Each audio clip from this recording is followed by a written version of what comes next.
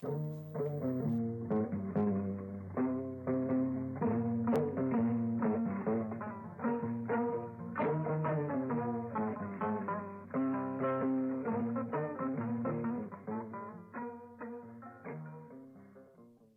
journal Mohamed Diarra. Mesdames, Messieurs, bonjour et bienvenue. Les titres. Entretien exclusif du Premier ministre par intérim sur l'ORTM, vous l'avez suivi hier sur nos antennes. Le colonel Abdoulaye Maïga rassure les partenaires du Mali sur la bonne marche de la transition. Vous l'entendrez dans ce journal.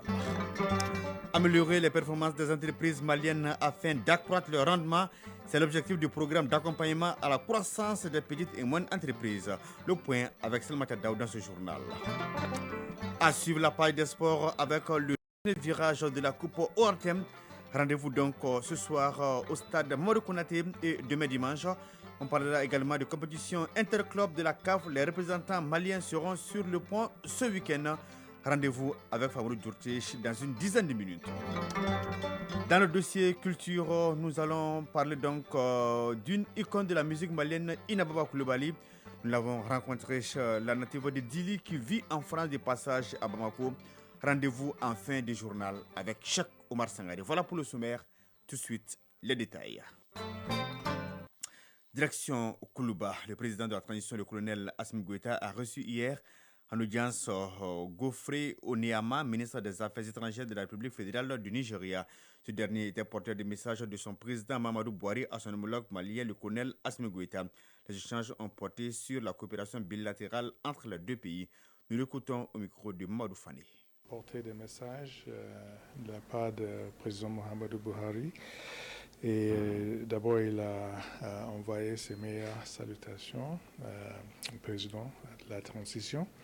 Et en plus, il a indiqué ses meilleurs souhaits pour la paix et le développement de Mali et pour soutenir le processus de stabilisation de Mali et la solidarité du Nigeria dans ce processus, dans le cadre de CEDEAO, et exprimer aussi sa satisfaction avec le progrès en cours, noter la détention de quelques soldats ivoiriens, essayer aussi de voir comment on peut faciliter que la paix règne entre les deux pays, le Mali et le Nigeria,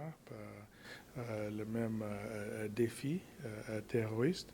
Et il y a cette coopération dans les cadres de ces deux organisations, CEDEAO et l'Union africaine. Le Premier ministre par intérim, le colonel Abdoulaye Maïga, dans un entretien spécial accordé à l'ORTM, dit inscrire dans ses actions dans la continuité avec la mise en œuvre du plan d'action gouvernemental présenté par le Premier ministre Dr Choguel Kokala Maïga devant le Conseil national de transition. Le colonel Abdoulaye Maïga a également rassuré les partenaires quant à la bonne marche de la transition. Je propose d'écouter un extrait de l'entretien que vous avez donc pu suivre hier sur nos antennes. Un extrait recueilli donc par Yaya Konaté.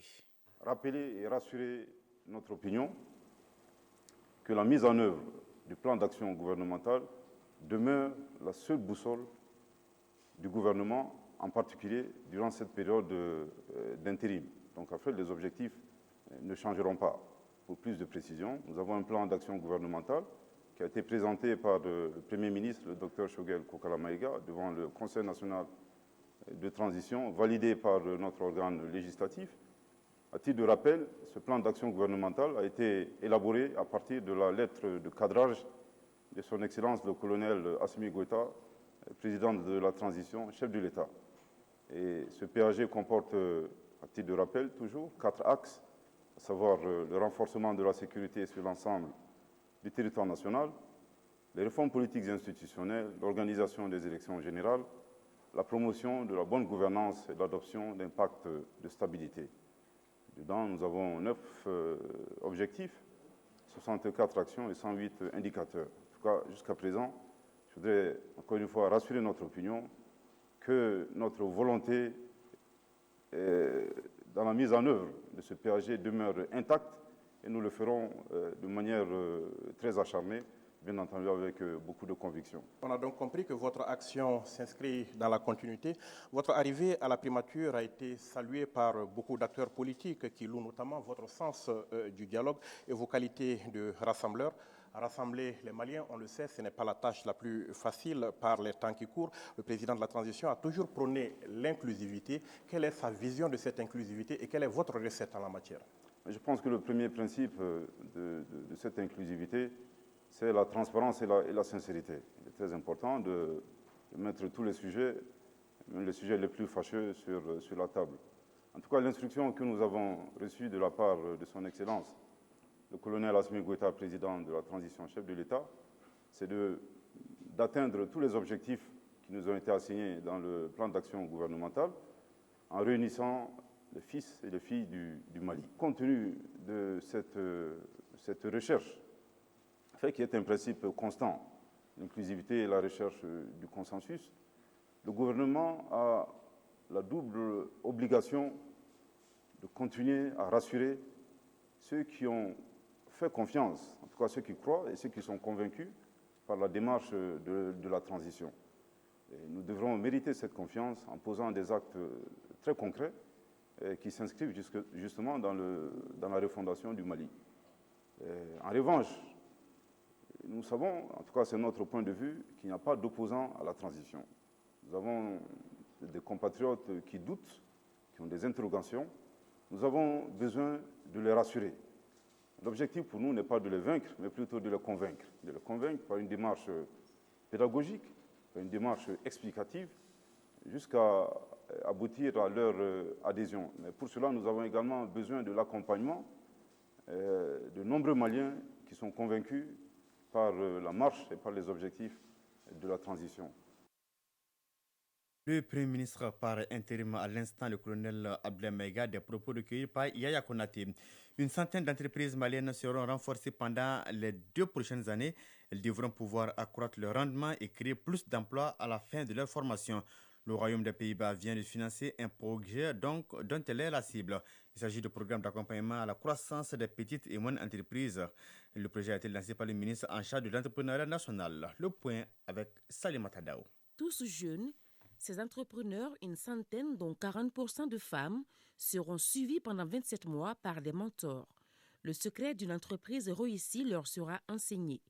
Le programme d'accompagnement à la croissance des petites et moyennes entreprises maliennes, PAC-PME, sera réalisé sur financement du Royaume des Pays-Bas.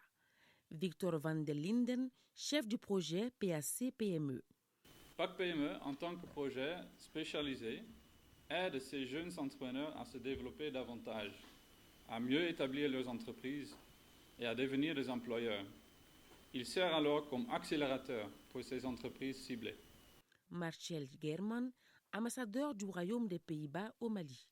Les entrepreneurs sélectionnés sont déjà passés par le processus de financement et de mentorat du programme, FACE et EPES, et ont donc fait un grand pas en avant dans le développement de leur entreprise. PAC-PME les soutiendra davantage dans la croissance et la professionnalisation de leur entreprise et les aidera à trouver des financements supplémentaires. Le parrain de cette première phase du programme conseille aux jeunes d'être patients et à l'écoute des plus expérimentés pour atteindre leur objectif. Moussa Degbali, parrain du PAC-PME. C'est un parcours qui est sur du long terme. Nous sommes à peu près 22 millions aujourd'hui. Dans moins de 30 ans, nous serons plus de 40 millions et il va falloir trouver des emplois à tous ces jeunes qui vont venir chaque année 100, 200 000 sur le marché de l'emploi. Et c'est vos parcours entrepreneurial qui va créer ces jobs-là. Le programme lancé par le ministre en charge de l'entrepreneuriat national vise à augmenter le chiffre d'affaires des entreprises bénéficiaires avec une moyenne de 25%. Bakary Doumbia, ministre de l'entrepreneuriat national, de l'emploi et de la formation professionnelle. La finalité est d'offrir une opportunité d'engagement des organisations, des investisseurs, bailleurs de fonds et d'autres acteurs à développer des synergies pour améliorer l'environnement des affaires pour les jeunes entrepreneurs, pour leur croissance et développement. Ce programme est en parfaite adéquation avec la politique d'emploi et d'amélioration des conditions d'employabilité des jeunes du Mali. Au bout du coaching, les jeunes entrepreneurs obtiendront des attestations avec des possibilités de mise en contact avec des investisseurs.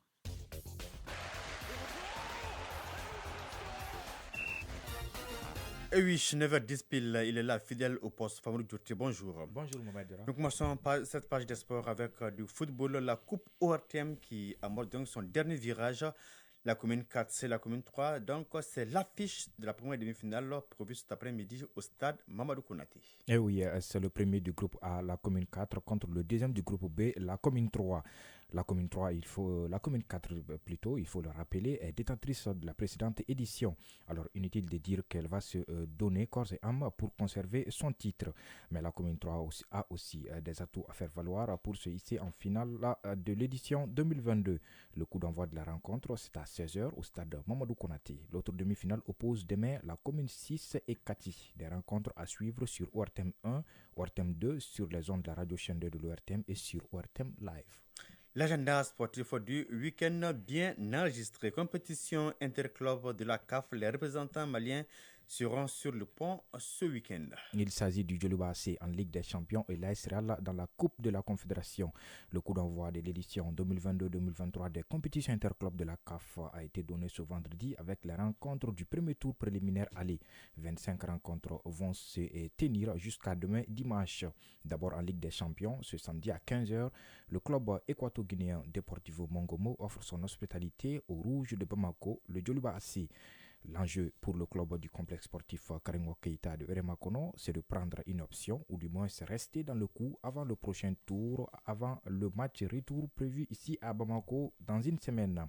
Demain dimanche à 15h30, ce sera le tour des Scorpions de rentrer dans la danse. L'AS Douane de Ouagadougou accueille l'AS Real de Bamako au premier tour préliminaire de la Coupe de la Confédération. Cela s'appelle le rêve brisé. Les Aiglons du Mali, les moins de 20 ans, c'est-à-dire, ne participeront pas à la prochaine CAN de leur catégorie. Les Aiglons ont été battus par la Gambie. Et oui, notre pays, le Mali, ne disputera pas la finale du tournoi IFOA des moins de 20 ans. Les Aiglons ont été battus hier en demi-finale par la Gambie au tir au but. Le Mali était pourtant bien parti dans cette demi-finale en ouvrant le score dès la 23e minute de jeu. Mais en seconde période, les Gambiens vont réussir à égaliser. La Gambie s'impose 4-2 dans la séance des tirs au but et file en finale. Ce dimanche, l'adversaire de la Gambie en finale est le Sénégal qui a disposé 4-1 du pays hôte, la Mauritanie. C'est donc le Sénégal et la Gambie qui participeront à la prochaine CAN des moins de 20 ans prévue en Égypte en 2023. On termine par le tennis. Après Wimbledon, la Tunisienne Ons Jabeur s'est qualifiée pour une deuxième finale du Grand Chelem. Oui, la Tunisienne s'est hissée en finale de l'US Open après sa victoire sur la Française Caroline Garcia, surnommée ministre du Bonheur dans son pays. La numéro 5 mondiale a fait la fierté de tout un continent. Apparemment, les gens ne regardent plus le foot et la Champions League, mais Ons Jabeur jouait. C'était incroyable, j'ai vu des photos et des interviews, les gens sont fous, je sais qu'ils sont restés réveillés pour regarder ce match contre Caroline. C'est incroyable, s'est exclamée la meilleure joueuse africaine. Ons Jabeur défiera en finale la numéro 1 mondiale Iga Swiatek ce samedi à 20h GMT. Oui, c'est le fruit d'une bonne préparation, c'est toujours comme ça à Famoudou Djourti. Merci bien pour toutes ces informations sportives. La suite dans une poignée de secondes. Chronique, culture et société. Et nous braquons les projecteurs sur une icône de la musique malienne, Inababa Coulibaly. Nous l'avons donc rencontré.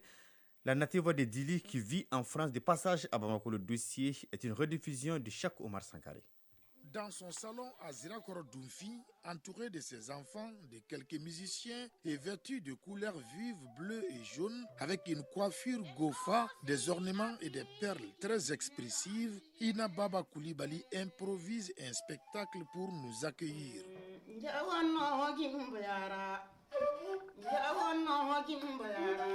Au-delà de ses très bons timbres vocaux, la diva cerne tous les contours de l'univers Peul quand elle chante et son histoire est aussi émouvante que sa voix. La sexagénaire est native de la célèbre cité pieuse d'Ili, précisément du village de Makana à quelques 7 km d'où elle passa son enfance. Alors qu'elle chantait pour ses camarades, sa chanteuse mère perd sa voix et on intimida la petite de chanter. Cependant, Ina va chanter. Il ne pouvait en être autrement car seul le destin a raison de l'homme. Nous sommes aux alentours de 1970 et lors d'une célébration des fêtes d'indépendance du pays, le sous-préfet de Dili, Hamou Soumaré, aurait exigé la présence d'une troupe mixte du village de Makana qui ne présentait d'habitude que des garçons aux manifestations populaires. Ainsi, parmi les 4 jeunes filles de la troupe de Makana, il y avait la révélation du jour, Ina Baba Coulibaly.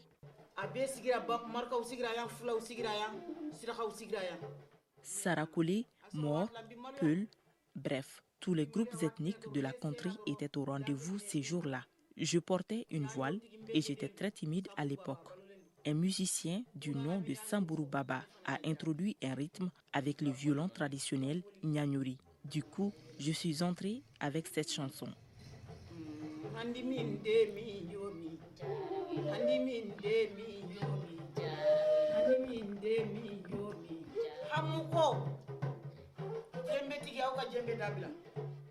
Le sous-préfet Hamou Soumaré a demandé aux musiciens de baisser le rythme pour qu'ils puissent bien écouter ma chanson.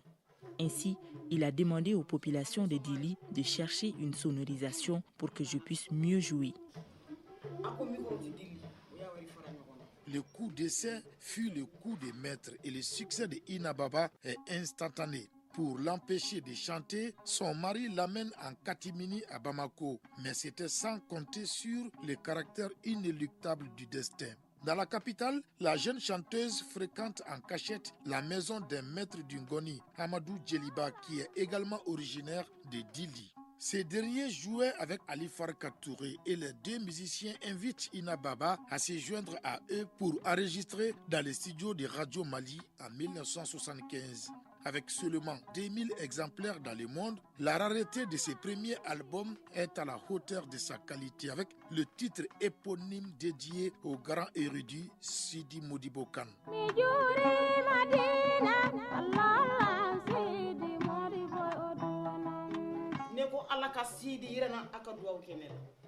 Dans cette chanson, je prie le bon Dieu pour qu'il me donne la chance de rencontrer un jour le grand marabout Sidi Modibo Kane afin qu'il me fasse des bénédictions.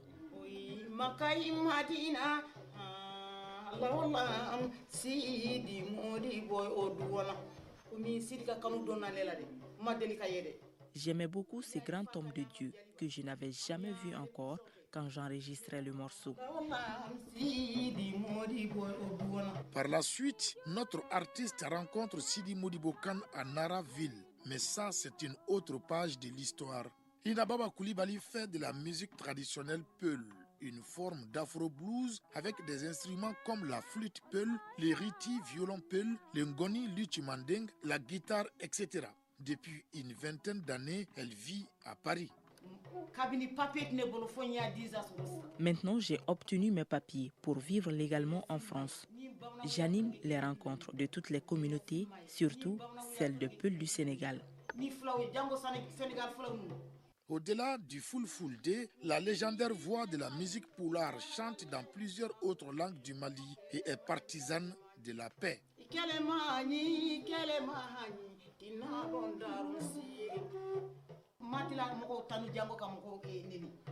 Je n'ai pas le temps de critiquer, car chanter les louanges de mes bienfaiteurs et faire plaisir à mes fans restent mes priorités. Partout où je joue, je prône la paix et le respect. C'est là partout au Mali, tout comme à l'extérieur. Sur les traces de Ina Baba Coulibaly, on retrouve sa fille Hawa Poulo, comme pour dire son tepan à Denga Mounuma, telle mère, telle fille.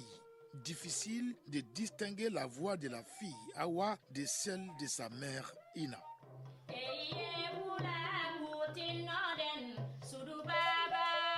Ina Baba Coulibaly est un monument de la musique que les Peuls qualifient en ces termes.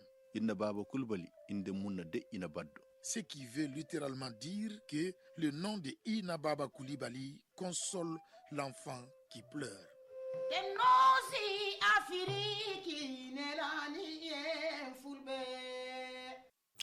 Une voix pénétrante, 9 heures passées de 20 minutes. C'est la fin de cette édition, une édition présentée par Mohamed Diarra avec le concours de Bintou Traoré. À la mise en œuvre de cette édition sera mise en ligne par Cheikh Abdelaziz Koulibaly. La coordination éditoriale Ousmane Dao. Passez d'excellents moments en compagnie des programmes de l'ORTM. Au revoir.